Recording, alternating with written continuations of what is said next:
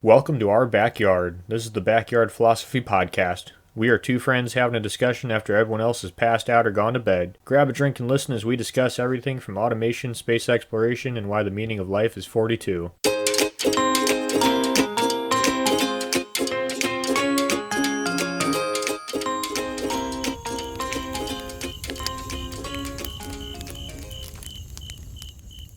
Teddy Roosevelt once said, "The eighth commandment reads, 'Thou shalt not steal.' It does not read, 'Thou shalt not steal from the rich man.' It does not read, 'Thou shalt not steal from the poor man.' It reads, simply and plainly, 'Thou shalt not steal.'" And that's what we're going to be talking about, stealing. More specifically, a crash course of what goes into people's mind and why they steal, rather than specific crimes, which might be later episodes. But before, Nick, you steal away this conversation, how are you and what are you drinking? I'm doing pretty good. I got some Rogue Winter Ale because it's getting cold out. What about you, Mike?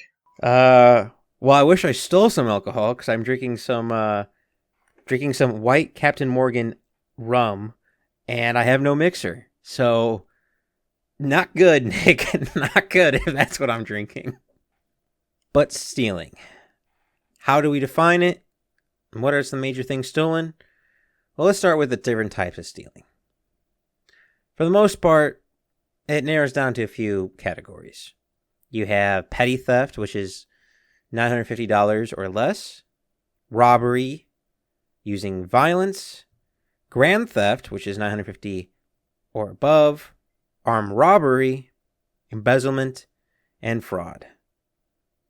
So those are kind of the big ones. Yes, you have Grand Theft Auto, but I think Grand Theft Auto could probably fit into grand theft, hence Grand Theft Auto. But that's the type of crimes I saw. And depending on what and where you are, is what you're stealing.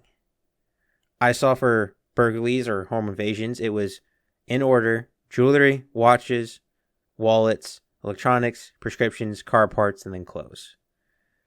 When it comes to shoplifting, though, that's all over the board. And I don't know if you want to get straight into shoplifting.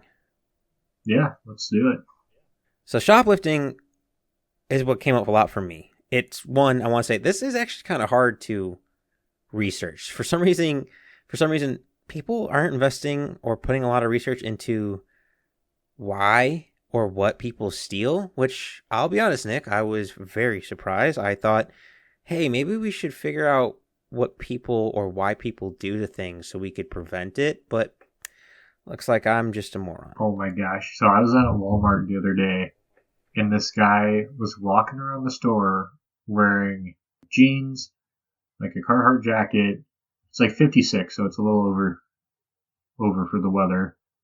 Gloves, a robber mask, like a, I don't know, what do you call this? A ski mask? Over his face, he had like a COVID mask, and he had sunglasses and a hat on. And he's walking around the store, and there's like two cops following him because For obvious reasons. And then he still stole something, and they arrested him. God damn. How? And so I see the cops following this guy, and I see him in the store. I'd go check out, and I come out, and he's like on the front of the squad car. He's like, what the fuck were you thinking? How do you not figure out, like, this is a bad plan? Let's just walk away. How do you think it's a good idea to wear a ski mask into Walmart? All right, fair. Well, it's Walmart. I don't really have high expectations to begin with. But our Walmart is so locked down with shoplifters. It's like all the nail polish makeup stuff is behind locked cabinets. All the electronics are behind locked cabinets. Anything that's can fit in a pocket has like a tag on it.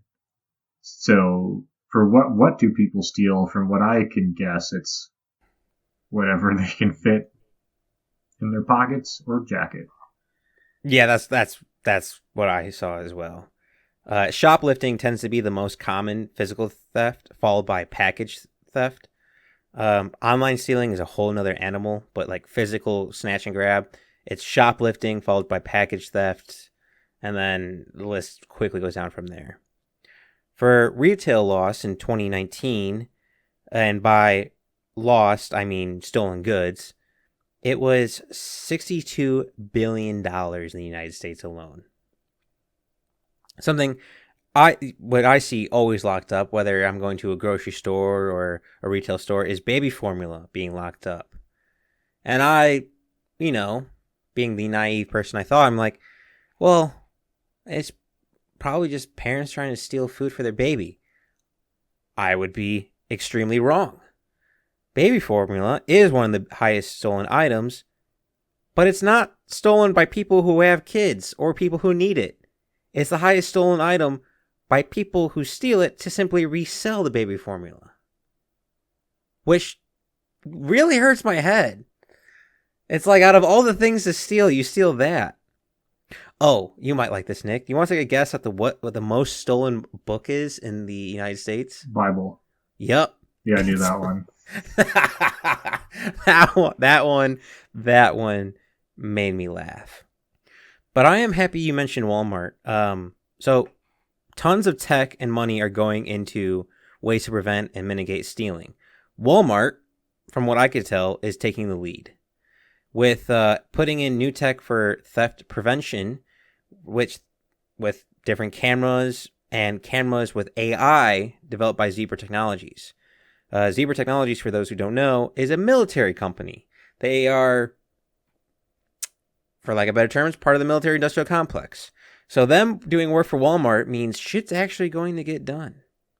But as for items, like you said, Nick, anything you can fit in your hands. It's tools, makeup, Post-its, cheese for some reason. I don't know why, but that's like the number one food item stolen is cheese. That could be a rat issue more than a people issue. You would think so, but no, it's people getting caught with cheese. I don't. Imagine you go to jail for stealing cheese. I would lie and say. What do you tell the people in jail? I was stealing cheddar and they caught me. Fucking Kraft singles. I went to jail for Kraft singles. Are you kidding me? Yeah. But before I get into the mind of shoplifters, also, like I said, another biggest one in the United States for people physically stealing is packages. 49 million Americans have had at least one package stolen in the last 12 months. And something I thought was extremely surprising. The highest package stolen rate at 29% was in Alaska. And the lowest stolen package rate was in Maine at 12%. Well, that checks out. There's no one to steal packages in Maine. Well, I was thinking Alaska, you don't have that many people.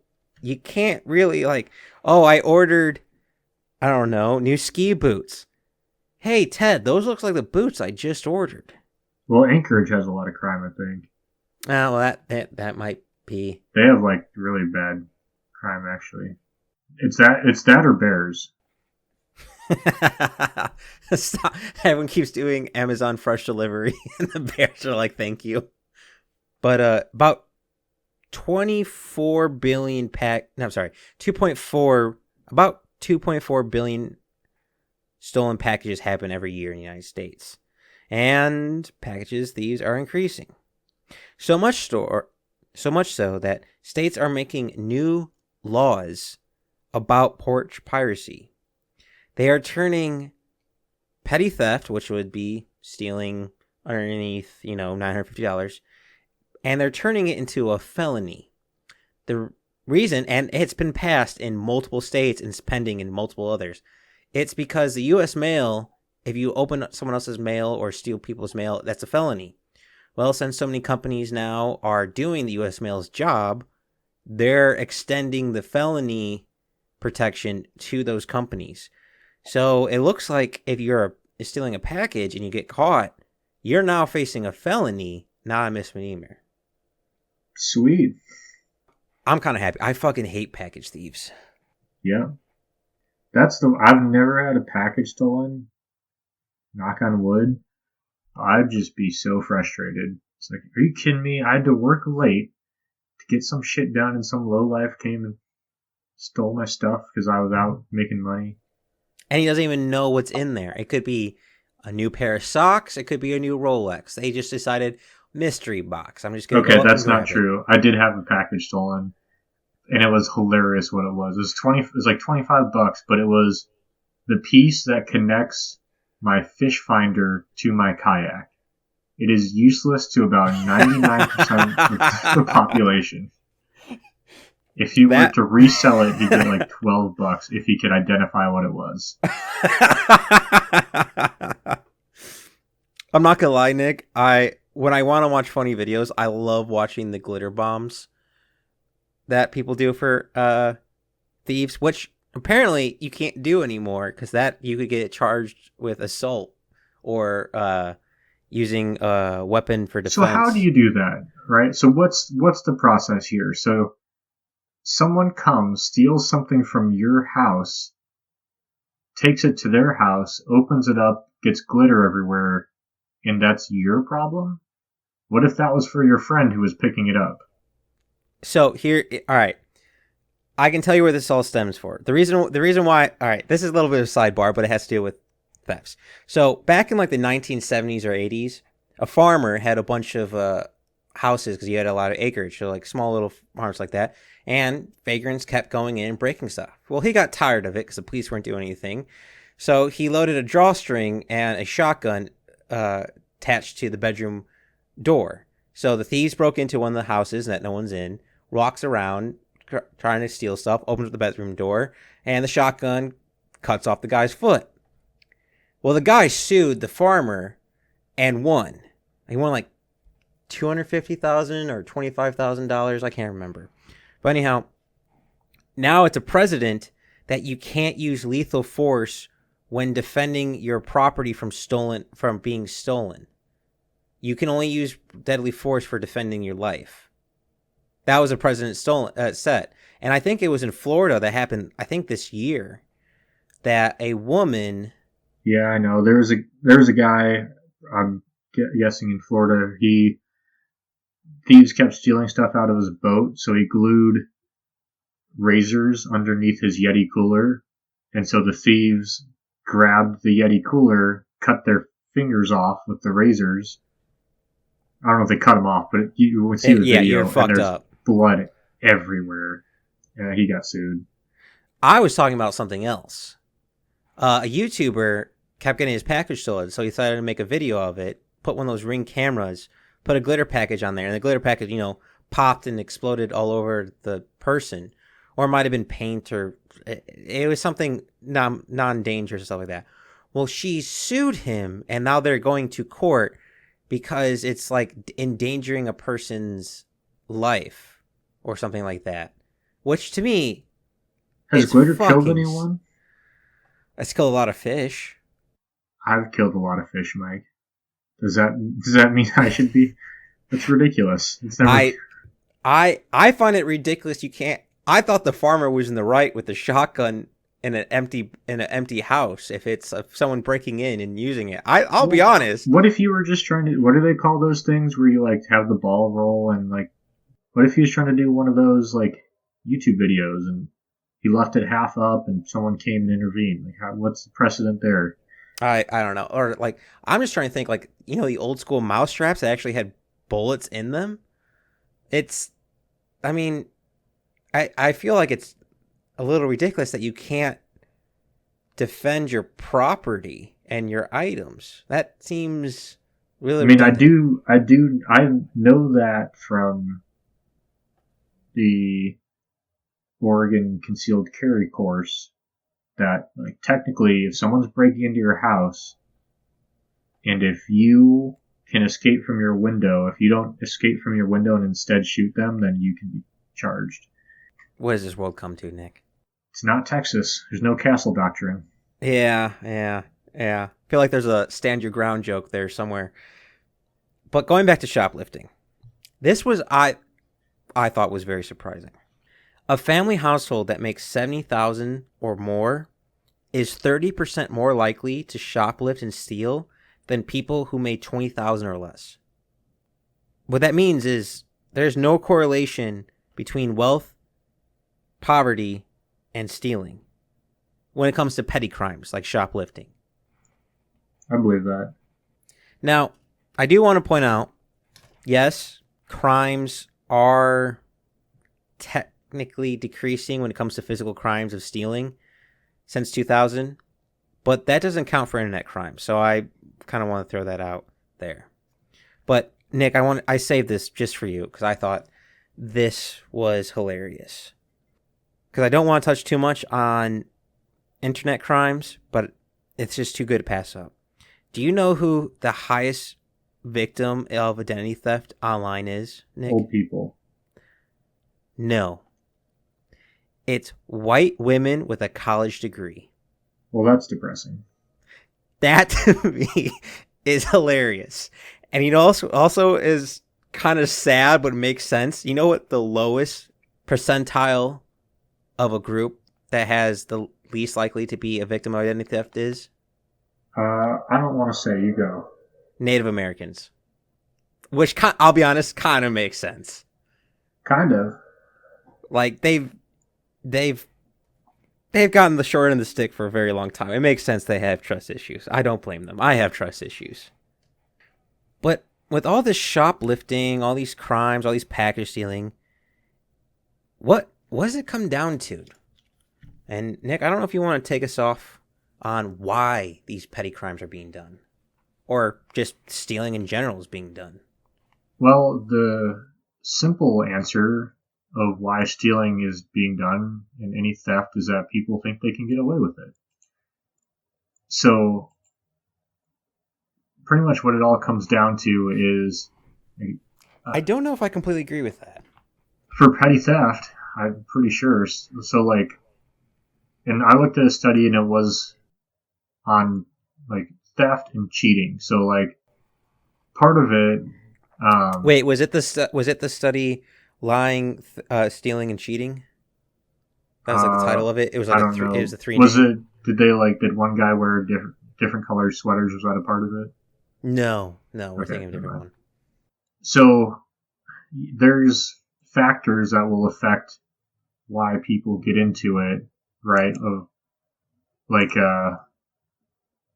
from what I saw, trying to think of the right word, of like traumatic childhood was part of it, and then peer pressure, where you live, economic factors. But from what I read about like more petty theft is like if people can get away with it, they don't think it's harming anyone. So like people were less likely to steal in like mock situations if they knew each other, right? Like, because then you know who you're hurting. When you're not part of a community, you don't know who you're hurting. You don't know who you're stealing from. If you think the other people aren't part of your community, you feel like you're fine to steal from them. So like us versus them. Yeah, us versus them. So the two takeaways that I kind of had, and I think it sounds like you'll disagree, was that they feel like they're not hurting anyone because they're not part of their group, and they think they can get away with it. It's not that I disagree with you. I don't think that's the whole entail. Because I don't know if you came... so I came across that people are most likely to steal if they're in a group rather than individual, which I thought was kind of the opposite. I think if I'm going to steal something, I want the least amount of people to know. But apparently it's like the bystander effect where they start thinking it's okay. And I saw that start to overplay whether that hurts someone or not hurt someone if it's in groups. I also saw, I think it kind of goes with if they can get away with it, is a major drive for petty theft, selfish shoplifting, being serotonin. We might be saying the same thing but different words, but if they did have a traumatic childhood, if they have a boring life, if they're missing adventure, if they're, I don't know, have some mental issue or something like that, They want that serotonin kick in their brain, so they found an easy way to do an easy drug to do so. From what I decided to dive into kleptomania a little bit because I feel like I feel like a great way to look is at the extremes. And I'll be honest, I was very surprised with kleptomania. After researching with kleptomania, I don't think kleptomania is a real thing. Let me rephrase that. I don't think kleptomania is a bystander alone mental disorder or physical ailment. It seems to be, if it is rare, to me, it seems to be a symptom of another problem. So a lot of petty thefts I saw stem from addiction. They need to get drug money, which was a big part. Learning disability, your education, which we'll talk about in a bit, does have an effect on your stuff. Anger, depression. So to me, it all seems like stealing was a byproduct of another issue. Stealing was a symptom reliever, if that makes sense. It might be boredom, might be to want to fit into the group, but it seems to be a tool to get serotonin. Yes, I do agree that people... So there's two kind of studies about two different groups of thieves that I read. One, not related to each other, but one was on English car thieves, which was hilarious because England. Who wants a British car? Yeah, exactly. I'll take an Aston Martin, but besides that, who wants a British car? Exactly. And the other was on sheep theft in South Africa. So you got bad cars and sheep fuckers. I love this. I'm sorry, New Zealand. I love you. It's just I love that stereotype. South Africa. Oh, it's South Africa? Oh, I thought you said New Zealand. All right, my bad, New Zealand. I heard sheep fuckers, and I just thought of you. That's almost worse. It is worse, but it's still just as funny. And so what I got from the livestock one is... So what was interesting is that topography didn't have as much to do with it than people would think. Like, you would think the straight, flat, see for miles area would have less theft, but yeah, really, concealment. But it had more theft than the hilly, easy to hide sheep areas. Just out of curiosity, my first initial thought process is because it is easier to hide. There are more eyes in there. So, like, if you're there's more cameras in the pharmaceutical aisle than there are, I don't know, in the clothes aisle kind of mentality. So you steal clothes. It's more open, but there's less cameras kind of idea. Possibly. So pretty much, I mean, what it really came down to is of how watchful their two biggest factors were how often the farmer checked on the sheep. So the more time the owner spent with the sheep, the less time people had to steal them, and how much and how often their employees were paid. Yeah, in stealing. I have a question. How are they stealing the sheep? Are they driving a car out there? Like, how honestly, it never even talked about that. Because, like, are they just walking out there and walking away with the sheep? Or are you seeing a car with a puff of smoke coming along and just load up sheep? It's a good question. It just talks about sheep theft as if I'm supposed to know how that happens. I assume it's like most animal theft and you just hurry the animal away. Yeah, I can see that. But I'm very happy you point out the point of disgruntled employees, because that's a big factor in every industry. Yeah, I did skim a workplace theft one, but it was not a very compelling study. But I just thought it was hilarious. What about... Because the thing about workplace theft that I feel like, and they kind of touched on it, but didn't see it in most other places, is that there's like an animosity there. Other, like, I forget the word they used, but like there's emotional grudge. revenge There's something or something. there. Yeah, I saw a similar things. But before we dive into that, what about the car thefts? Okay, so the car thefts were super interesting. So it's called Car Theft, the Offender's Perspective, and this guy just interviewed a bunch of people who went to prison for stealing cars and kind of put in some numbers and, kind of some quotes and stuff. It's like, I don't know, it's like 50 pages, so it's pretty interesting. Bit of a read. But pretty much most car thieves got into stealing cars because they were bored and didn't have anything else to do. And a lot of them played sports, but there wasn't any sports or anything past like 10 o'clock. And apparently these guys were up till 2 in the morning every morning. It just sounds exhausting. So, well, I mean, that sounds like high school, to be honest with you. Of like not being able, like your sleep cycle being fucked up. Yeah. So they basically had nothing to do in that time. And then so some people would start doing it as a joke. They just did it to joyride, not as like a business, so to say. And then others, would be an apprenticeship where someone older than you brings you into it. So people who start out, they do go through like an apprenticeship where they are the watchers, the people who watch in the corners. Then eventually you get to, learn how to do it, and then everyone like switches through roles and stuff. But a lot of the people who got into car thieves wanted to do something with cars, whether it be a mechanic or be a race car driver, but they just didn't know what they were going to do with their lives, and then they just kind of got into stealing cars. So they interviewed 100 car thieves in Wales, England and Wales. So boredom is a dangerous thing. Yep.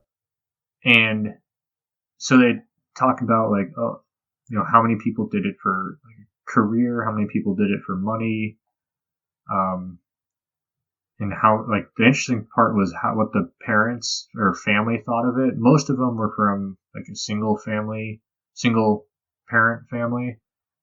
I mean, not by most, I mean, it's like 59, 60%. So majority, I guess, but not all.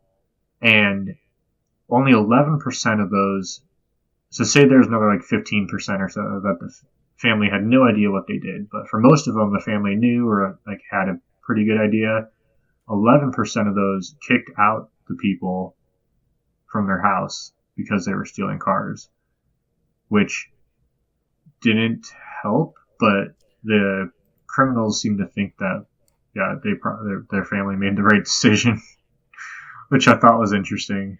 That is, I don't know if it's just like English people or what, but they seem like, and didn't say at the start like they all went through like a reform or something, but they seem to be more aware of what they're doing than any other criminals that I've like read. Well, maybe it's just the type of crime, because, all right, mine is carjacking, pointing a gun at someone. To actually hotwire a car to steal a car, it takes some brain power. I mean, it's not rocket science, but you do have to think. I'm like, okay, this is my ignition wires. These are my power wires. Okay, this is the steering column lock. This is the key lock. Like, you actually have to have some thought. So I imagine they're not the dumbest people in the world. They're just misguided. Yeah. And it's just, that's not what I'm used to hearing from criminals. I mean, maybe the show Cops has ruined it or whatever, but Cops is 99.9% drugs. Yeah. Any Netflix special or anything, it just seems like people just deny and they make it so, like, even the people I talk to who are clearly breaking the law, they try and make it so that they're not doing anything or they're only hurting, like, the company I work for, and it's a big company and they can take it.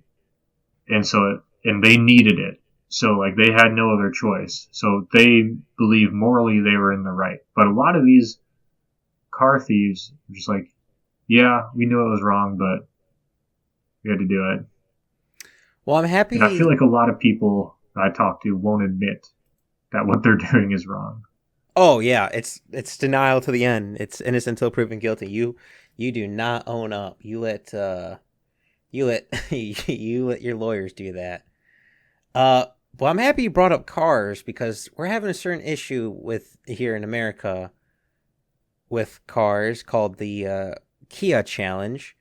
It's a social media trend of stealing Hyundais and Kias because they're really easy to steal. And I feel like I didn't see any studies with this, so this is a bit of a pseudoscience. But I imagine social media has probably increased theft, while the technology has made it better, harder to scam, stuff like that, has decreased it. I think it's a very battle.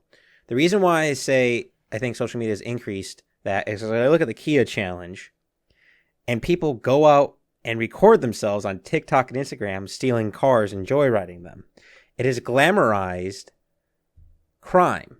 And if I look at earlier examples of bootleggers, Bonnie and Clyde, the mafia, the mob, making gangsters, making theft look cool encourages people to do it. I did not see any research done on if social media has increased or if there's a direct correlation to the amount of crimes. But looking at the Kia Challenge alone, I'm going to say there's something there. Yeah, and it's funny that it seems to go in phases. Or just one tangent, I'll get back to it. For car theft, the easiest cars to steal were the domestic, and by domestic, English means American and European cars.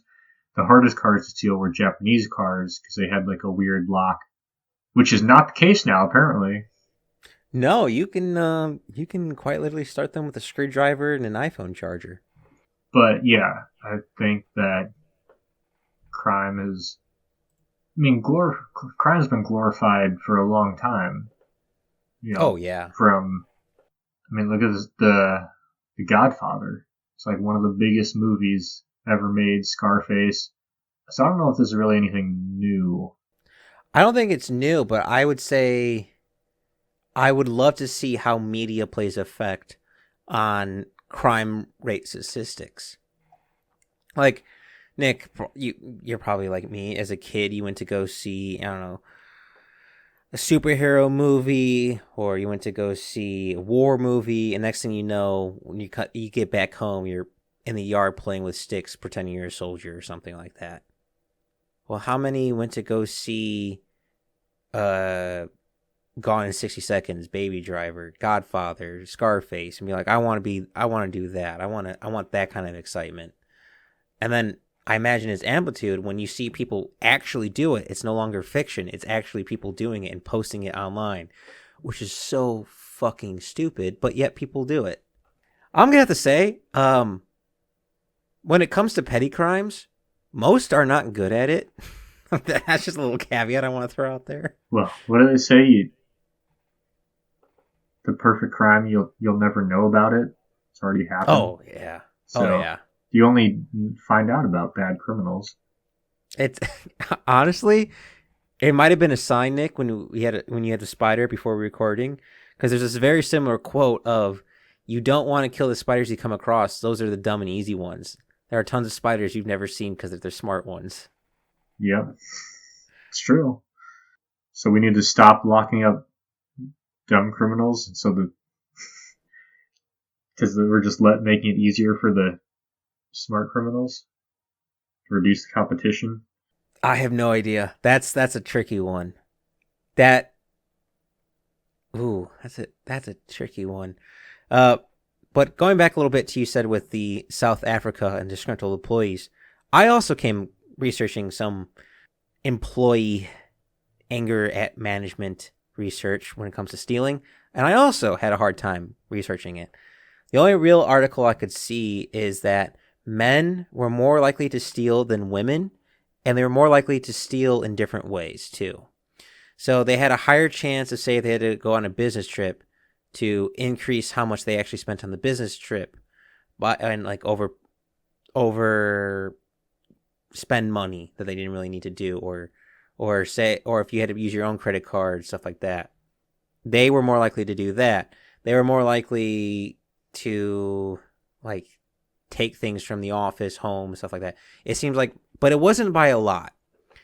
When it came to physically stealing an item, like say working in a warehouse, men led the way. But when it came to like overestimating, more like white collar stealing, men led the statistic, but I think it was like by 60 or 70%.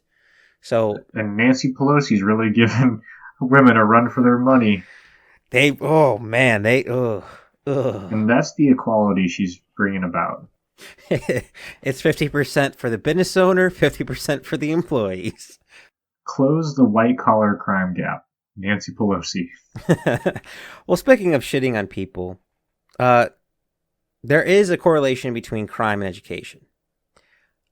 To be honest, though, I did not see a direct causation or correlation when it came from petty crimes and education. Like I mentioned in the area, the statistics of 70,000 or more households tend to steal more than 20,000 or less households. I think it comes down to, again, like we were talking about, mental issues of just like, are you bored, peer pressure, depression, anger. But a big one I saw for petty crimes and crimes in general was learning disabilities. Those who had a harder time learning were more likely to do a crime. And something I thought was funny, in California, if they could increase the male high school graduation by 5%, it would save the state $2.4 billion annually. How fucked up does your system have to be where if you increase high school graduations by 5%, you save $2.4 billion? And that's in Australia? No, that's in California. Oh. Have to make a different joke then. Well, if you want, I can set you up with Australia for a little bit. Because coming researching this, I was wondering, is stealing nature or nurture? Is it genetic or is it a trait picked up? Yes. Well, yeah, it's kind of both.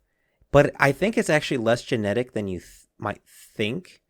At least for major theft. The example being Australia. At one point, Australia, 1 in 5 inhabitants were criminals. But yet they don't have a rampant spree because, well, Australia would be on fire more than it usually is. But humans naturally want to steal for their own pleasure. Animals do it constantly. It's very common for animals to steal other food, steal sticks and leaves, to steal habitat, to steal mates, whatever, to steal. Humans are in the animal kingdom, they do it too.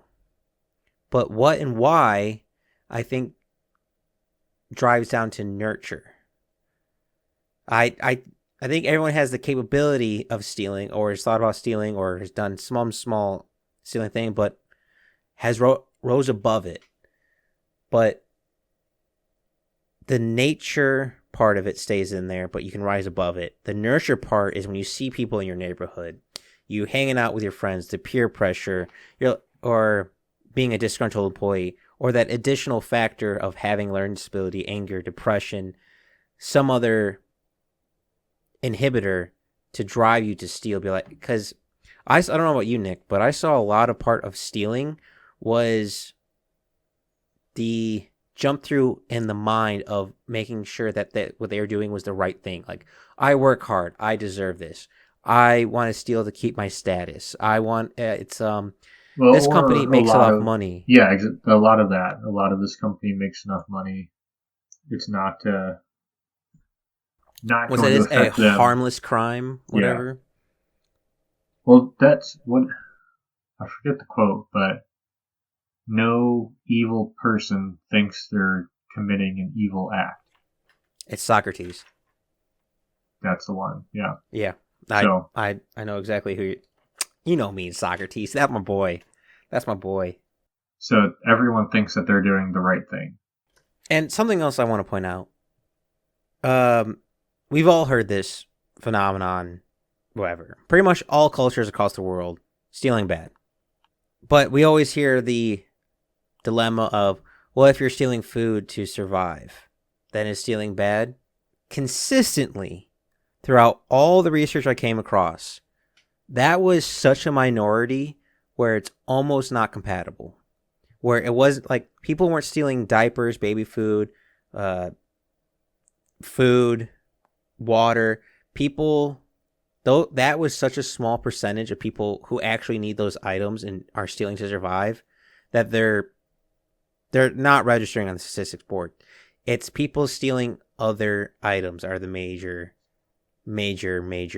percentage. So that whole philosophy of, is stealing wrong if you need to survive? No, I mean, I don't think stealing, if you need to survive, I don't think stealing is wrong.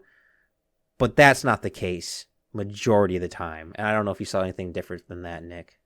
No, that's pretty much what I saw. But it's funny, I would say that's the number one argument for stealing that everyone always makes. 100%. But not the majority of theft, is that. Yeah, are you familiar with utilitarianism? Yes. For those who don't know, it's right or wrong depending on the outcome. The end justifies the means, so to speak. I feel like so many people very much like moral relativism, which we talked about in the previous episode, which is kind of, I think we agreed was not true and bad. Yeah, and it seems like the outcome deserves the cost. It doesn't seem to work. I'll be honest. If you need to steal baby food and diapers, you're not stealing it because you have a kid. There are plenty, from what I can see, and I don't know this because I'm not in this world and I don't have a kid, thank God. There are tons of that I know. No, hell no, I know I don't have a kid. I wrap my willy. That they have programs for free diapers, free baby food, so no kid goes hungry. If the kid's going hungry, it's because the parents are doing something with the resources given, not that they don't have access to the resources. And it seems like all these quote-unquote harmless crimes are just status symbols, or simply be like, $40 for lipstick, I'm not paying for that, put it in a bag. Or it's like, I deserve this. Or what's the quote, Nick? You don't stay rich if you spend your money. Something like that. Something like that, sure. Yeah, it seems everyone, no matter what education level, no matter what income level, no matter what race, gender, or age group. Well, actually, I won't do a caveat on age group. People steal. It's almost innate to take something that's not yours, that you don't see, like you said, Nick, earlier, affecting your community. It's they have enough money. They're an evil corporation. The amount of justification that goes through a person's mind is amazing. But to touch on the age group a little bit, it does dissipate the older you get. There was a higher percentage of people who stole. So they interviewed some high school students, and high school students, I think, I can't remember the numbers, so this is kind of arbitrary, but they interviewed 1,000 people. The high school students, 11% of that stole in high school, or admitted to stealing in high school. Once they got to 18 or 19, I think only like 3% of that 11% continued on stealing. It was almost like a phase, which to me kind of fits in with stealing is for a serotonin rush or feel because you're going through other things, whether it's depression, anxiety, learning disability again. Maybe there's other things going on in your household. Your parents are getting divorced. You're seeking attention. It seems like stealing is a byproduct of something else going wrong. Yeah, I think that's usually the case. It's stealing is the outlet. It's not the cause. But would you agree with also the age groups where it seems petty thefts? What I was trying to get is, if you start stealing, doesn't necessarily mean you'll continue to keep stealing. Like your age group doesn't have that much of a factor in it, but does have a factor. So, not related. So, a 30-year-old and a 15-year-old are both just as likely to start stealing. I don't know that. Sorry, I guess I'm confused. What are you saying? That just because you start stealing in high school doesn't mean you'll be continuous stealing as the older you get. But that being said, you don't have to start in high school. Stealing is not a gateway drug to more stealing. It can be, but it's usually not. Gotcha. The example I was going to use is for men stealing in the workplace, it's from like 18 to 45 is really high. But once you start getting above 45, that number quickly starts to diminish. I don't know. I feel like yeah, I can see age not being a factor, not a huge factor. I don't know. I feel like you're more likely to get into it when you're younger, though. I don't know. I would be definitely curious to see that information, but is it maybe a bifactor because you have more things going through your life, like puberty and stuff like that, to start younger? Because like every little kid, like quote unquote, accidentally steals a pack of gum or something like that, and the So parents goes, hypothetical. So for very small sample size of the 100 car thieves in the car study, the majority started at 15. The earliest was at 10. The latest was at 25. 10? Yeah. Jesus Christ. That one I would say is more of a community thing rather than... the biggest, so the largest age group was 15, then 14, then 16, then 13. And then 17 by like half. So mostly between 13 and 16. Yeah, I have no idea. I have no idea now how age plays. That kind of throws everything I was thinking out the window. So it's like, I guess it comes down to are crimes more likely to happen when you're younger or older? I feel like younger. That would make sense. But I feel like petty theft doesn't match that. I feel like petty theft kind of is an outlier when it comes to the criminal aspect in society. It almost seems so normalized to be like pirate a video to I don't know, grab a stick of gum to grab an extra t-shirt or something like that. Yeah. So let me sideline a little bit. We were talking about age groups. We were talking about professionals in the workplace. Here's one I didn't really realize that this phenomenon was happening at such a large scale that it is. But stealing medicine in the medical world by medical professionals has been increasing year by year.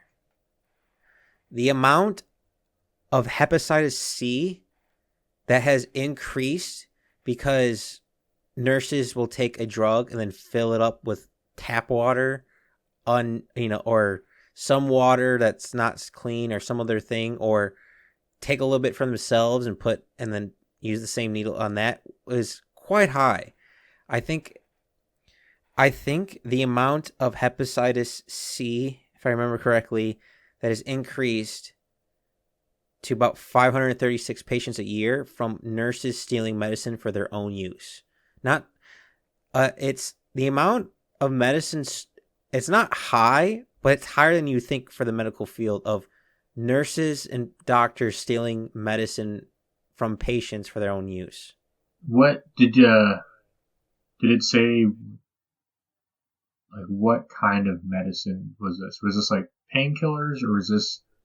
It was majority painkillers. A big one was fentanyl. Okay, and when I say painkillers, I don't mean like painkillers for like hangover type situations. No, I mean I did see prescription drug trade painkillers for crime and money. Yeah, I saw fentanyl, opioids, cancer medicine, apparently selling that on the black market. But when it came to fentanyl, from what I could tell, and again, there was little research because it's something I don't think is that much investigated, fentanyl was being used, not sold. I saw a couple people overdose as nurses in the hospital from the fentanyl they stole. Now, A few does not mean it's a phenomenon, but it does make me concerned about what's happening in the medical field. Because for those who don't know, in hospitals and doctor's office, the technology's old. They have not caught up to the 21st century. They're getting there. They have the scans, the digital medical files, but it's still kind of easy for an employee to skim off the top. It's not that hard. And it's very concerning to me if people are stealing life-saving medicine. I'll be honest, Nick, if I was I was a burn victim and they were going to give me fentanyl for my pain and they only gave me half the dosage I'm supposed to get, I'm going to be pissed. Well, I feel like they over-prescribe pain meds, so is this, everything evening out? I hope. I don't know. Like a little bit for you, a little bit for me.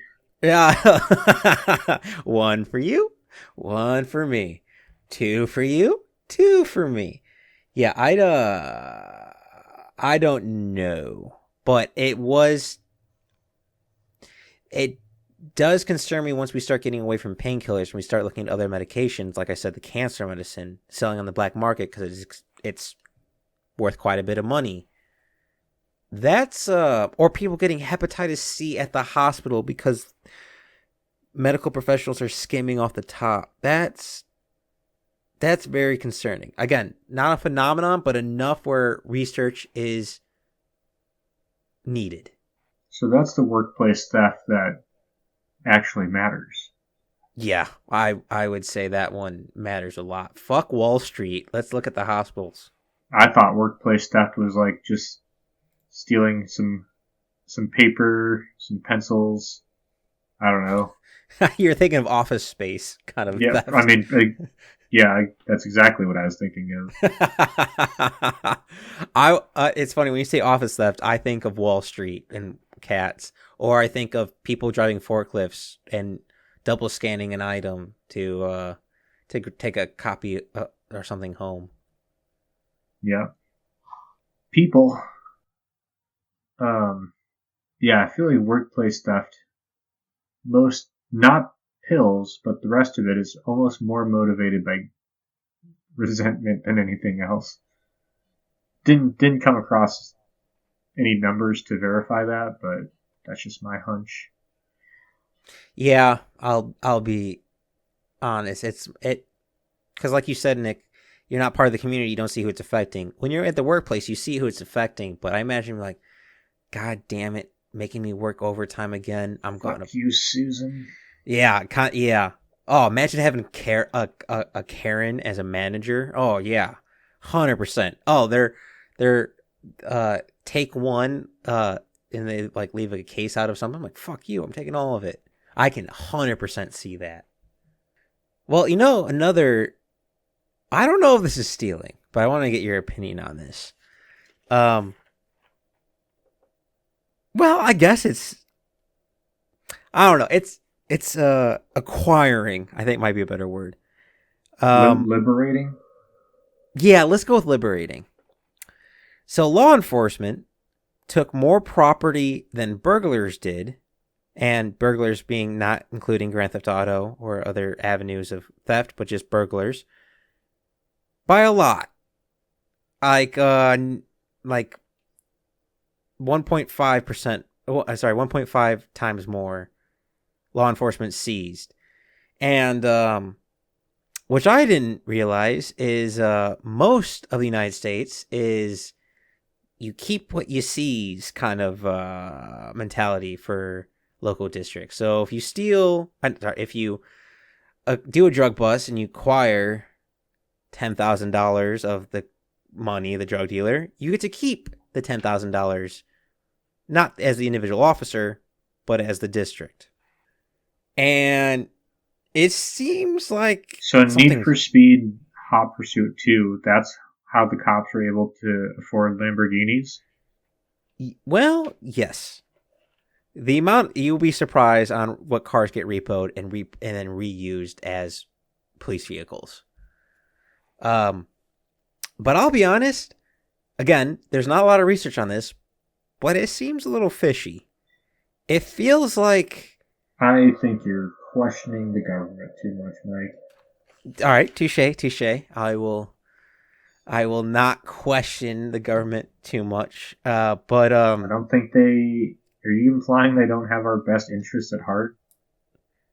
I just saying hypothetically, some of these busts happen to be very strategic to the point where they seem greater than a coincidence. So I'm confused. Are you saying that, like, the police are working with criminals to get and like busting people, but that money is like their payoff? Or are you saying like they're just taking stuff to take stuff? Yes. Okay. It seems like, hey, we're low on money this annual year.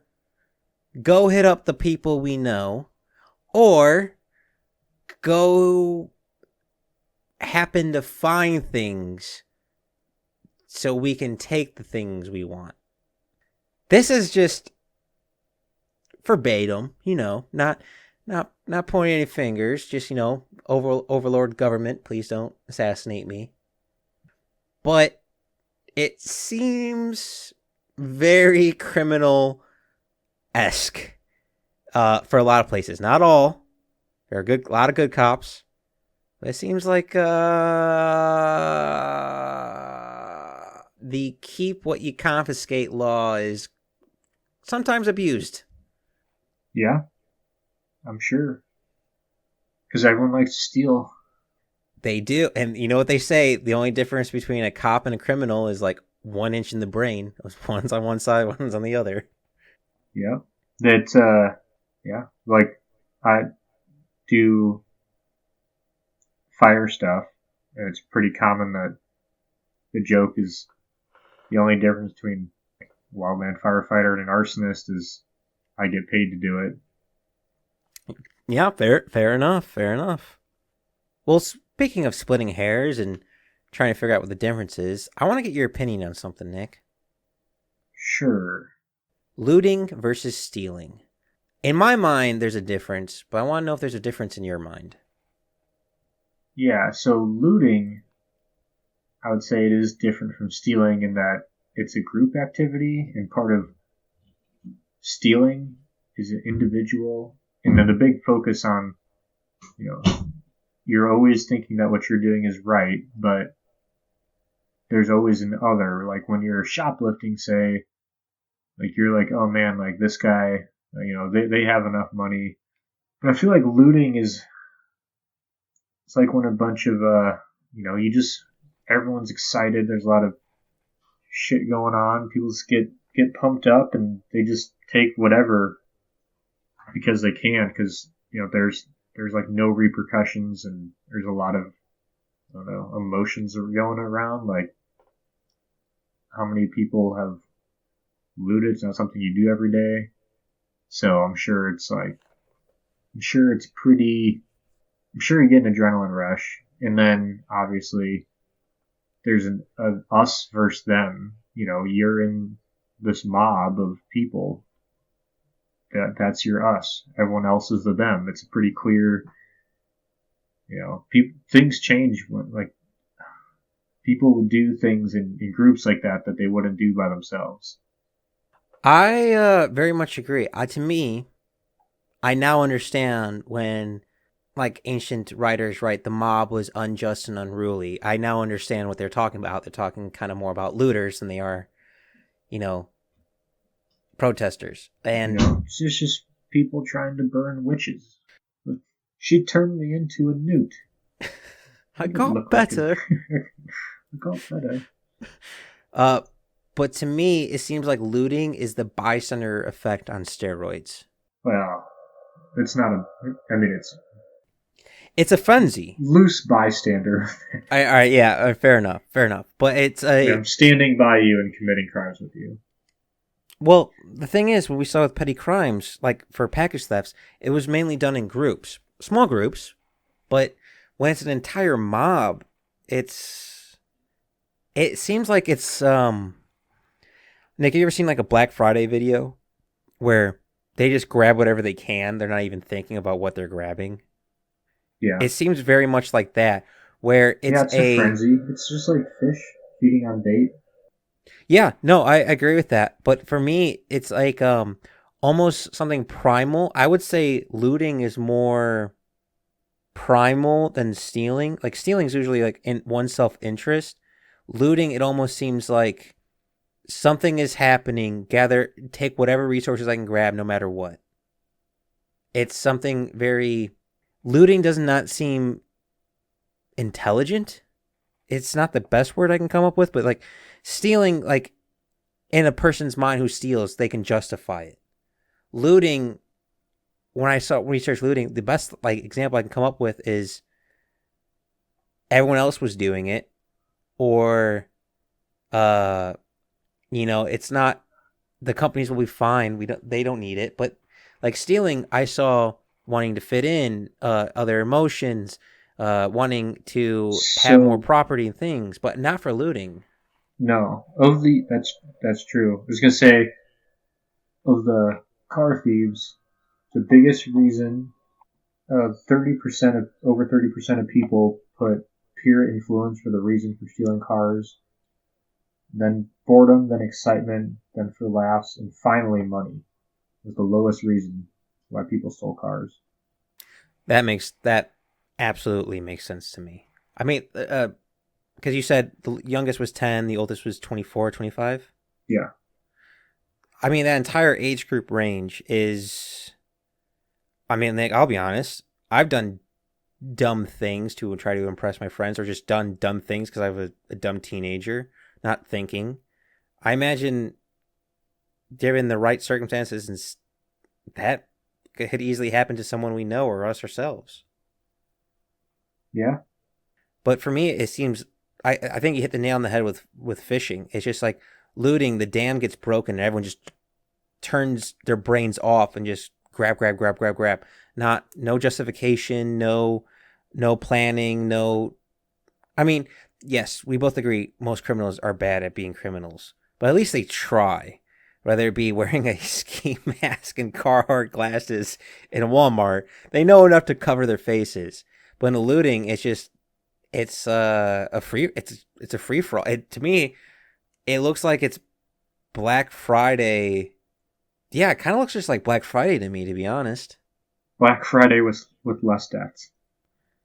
Yeah, Black Friday with less deaths and a little bit less money stolen. Because I imagine Well, some people actually try to pay. probably more money stolen than Black Friday. Yeah. Oh yeah. Yeah. Yeah. But there's definitely a clear line. I think for both of us, there's a difference between looting and stealing, and unfortunately, I don't think we've hit the nail on the head to properly define it. But Nick, I have two questions for you. Both I could find no research for. One, is stealing a repeat offense for petty crimes? I could not find any research for this. Because we all have heard gateway drugs. You try booze at a young age. Next thing you know, you're, I don't know, trying weed. Next time you're trying weed, trying coke, trying heroin, blah, blah, blah, blah, blah. Gateway drugs. I've never heard of petty theft being a gateway crime thing. Well, that's two questions, right? So is petty theft a gateway crime, or is that both your questions, or is that one question? It's kind of both. It's one of the two.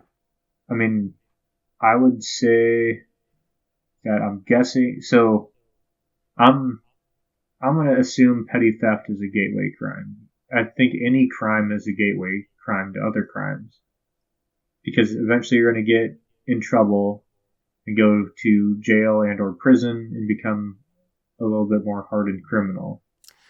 See, I want to play a little caveat in here. Since petty theft is under $950, majority of the time they don't actually go to jail. Majority of the time it's either a fine of $1,000, or community service, or there's something else, another word I was not familiar with. But they're not sent to jail. So then I often. still feel like it's maybe not a gateway, but definitely you're more likely to do it again if the punishment isn't really that bad. If it's just a fine. See, I both agree with you and disagree. You just have to get more money than however many times Arthur, you we get need caught. more money. We've not said already many Red Dead quotes. I'm happy with that one. Well, the reason why I'm torn on this is because a lot of petty thefts start at a young age, but they don't continue onward. Because I feel like it's phases in people's lives. You hate your boss at work, so when you're at Target or something, you grab something just to feel something again. But that work will get better. I feel like a lot of petty thefts are just so tied into phases and emotions, where emotions and phases in your life constantly shift, where I imagine that also shifts. I don't know. I agree. I both agree with you and disagree at the same time. And my second question, Nick, is stealing in human nature? Yes. I feel like yes, too, but I feel like it's only... I feel like we've removed it from society. I could be wrong. I could be an idiot. Could be a fool with a capital F. But I feel like... Because there's... I mean... Hammurabi's code, an eye for an eye. I mean, stealing is some of the oldest laws we have in human history. It feels like we've morphed, or people steal less. I don't know. Well, I think we're programmed to steal from other people, just not our group. Which people will steal, are more likely to steal from people they perceive as others, whether that be they wear, a different color. Like if everyone went to the same college and someone went to a different college, people feel more likely to gang up on that guy, even though none of them have ever met, and he's just an actor, than if everyone wore the same college color sweatshirt. Like, blue collar versus white collar, rural versus city. Yeah, but I think originally it was just, our group versus their group, and we still do that the same way. Just the groups are probably bigger, maybe not as less defined. Fair enough. What about you? Do you have any questions for me? I don't think so. Oh, yeah, I do have some questions for you. So, did you look at anything about countries and crime rates? Basically, yep. I actually stayed domestic this time. The only thing I really looked up at foreign was people stealing cheese and people's hands getting cut off. Okay, so that's what I want to talk about. The hands getting cut off. So Singapore. Is that what you're talking about? I was talking about Saudi Arabia. Okay, well, we're going to talk about Singapore. Okay, did they also cut off the hand? Yeah, it's a lot of hand cutting off. Very low crime, though. Gee, I fucking wonder why. So, and this is more to the point of just a lot of the studies in the U.S. say harsher punishments don't lead to a decrease in crime. I think maybe it depends on the scale of how harsh things are. Singapore is like, hold my beer. Yes, because, when in the United States, when we talk about harsher penalties, we mean longer jail time. In Singapore, they just mean death. And not like death on death row for years, death, like just death. As well as they whip people and torture people in public. So I feel like there's a middle ground there somewhere. Yeah. The other one is Luxembourg. So as long as everyone's just Luxembourg, no, not hand cutting off, but low crime rate. Oh, wait, I was getting really confused. Like the space European country has hand Luxembourg solved the crime issue by just everyone's super fucking rich. Yeah, that's a good problem to have. So they don't need to steal, which is one way to do it. I'll be honest, I think cutting off hands is a little bit more feasible for America. Yeah. So Japan also has a very low crime rate because there's a very strict like social, I don't know, social stigma against it. So I just thought it was kind of interesting to look at some of the lowest ones and see like what's their why is it low here? The reason why I know about, I think it's Saudi Arabia, right? Dubai. Dubai is in Saudi Arabia. Yes. Okay. Yeah. I know in Saudi Arabia, stealing is considered a capital crime, and in a capital crime is punishable by death. It's also punishable by removing limbs and life in prison. Like, it's a big deal. That's why there's so many abandoned sports cars in Dubai, because people take out loans, buy the nice sports cars, can't afford the sports cars, and apparently in Dubai, not being able to pay back your loan is a form of stealing. So many of the people flee Saudi Arabia so they don't have to get their hands cut off. But I'll be honest, Nick, getting your hands cut off for stealing or branded seems like a very old tradition that still sort of works. Not saying it's great, but, it does deter. It seems like knowing if I steal this watch, I'm not going to have a wrist to put it on. It probably makes a lot of people stop and think. Yeah, I probably. So let me ask you this. Yep. Do you think it's a good idea or do you think it's a bad idea? I think there's a middle ground. Okay, I'm the same way. I think with crime rates rocketing in the United States, especially around where I live, and there's places where the crime rate is not rocketing, we should look at what other countries are doing, other cultures are doing. And I don't think the answer is make everyone super rich. And in fact, we're doing the opposite of that right now. I don't think the answer is cutting off people's hands, but I think it's got to be harsher than what we're doing now, which is just letting pretty much every criminal go free. Is it bad? I'm thinking of Beer for My Horses, and I'm thinking the Willie Nelson song. We got to put a few more in the ground to settle the rest of them down. Yeah, well, I don't want to abandon, Ben Franklin. I'd rather 9 guilty men go free than 1 innocent man be jailed. So we still want to keep law and order, but there needs to be a better way to do that because countries have figured it out. Whether like Japan, where not everyone there is rich and they don't kill people or cut their hands off. They just have a very strict social stigma on crime, and it's bad for everybody.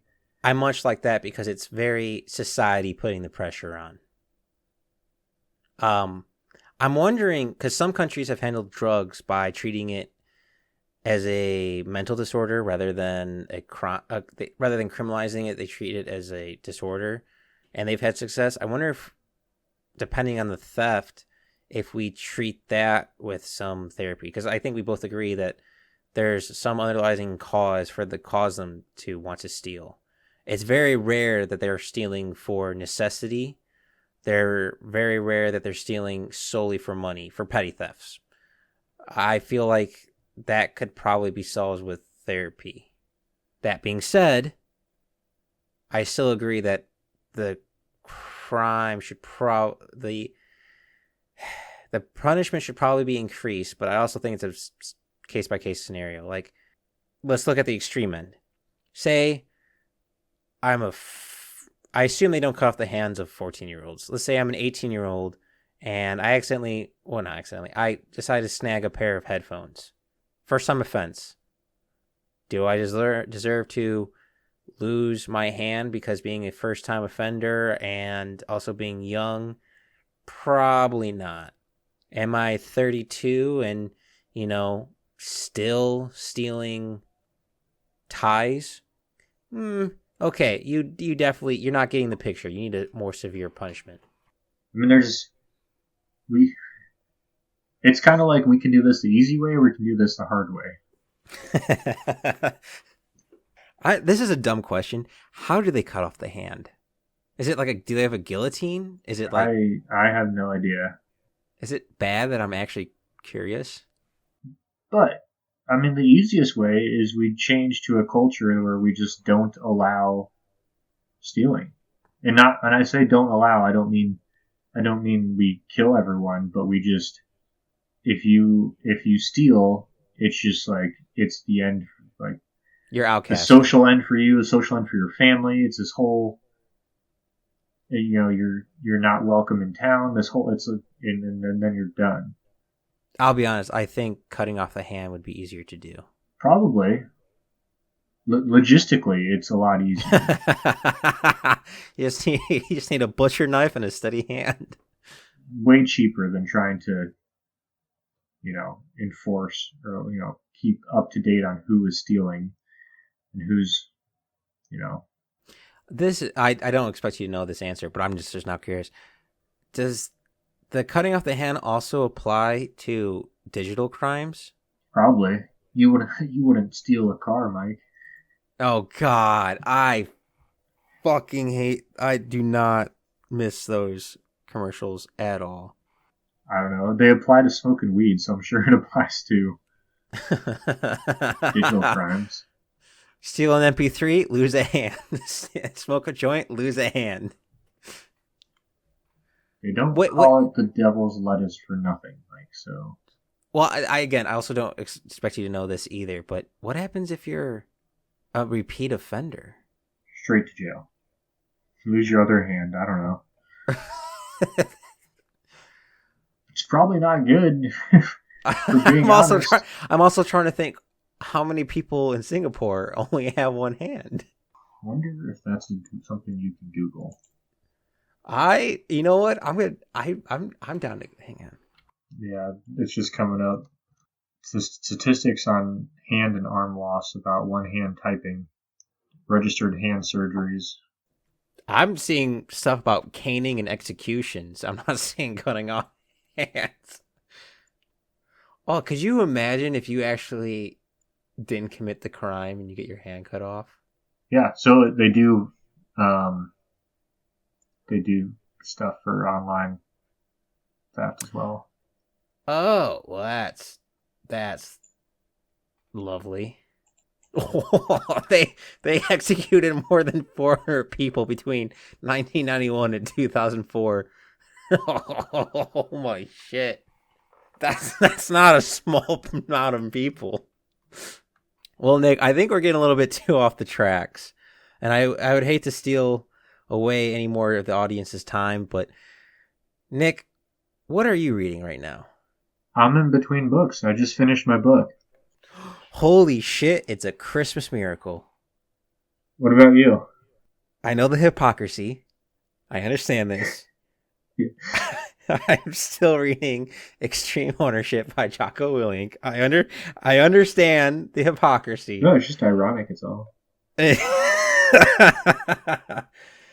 I'll be honest, haven't picked it up since we last talked because life's a bitch and then you die. that's my best example. And for those listening, if you made it this far, I'd be curious, what's the dumbest criminal you ever see steal something petty?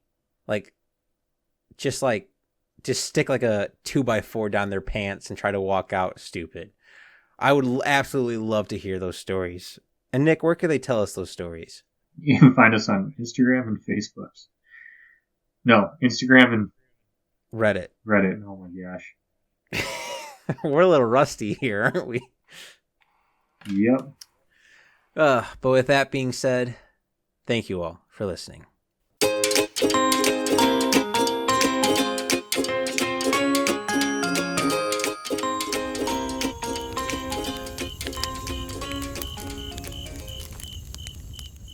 Thanks for listening to the Backyard Philosophy Podcast.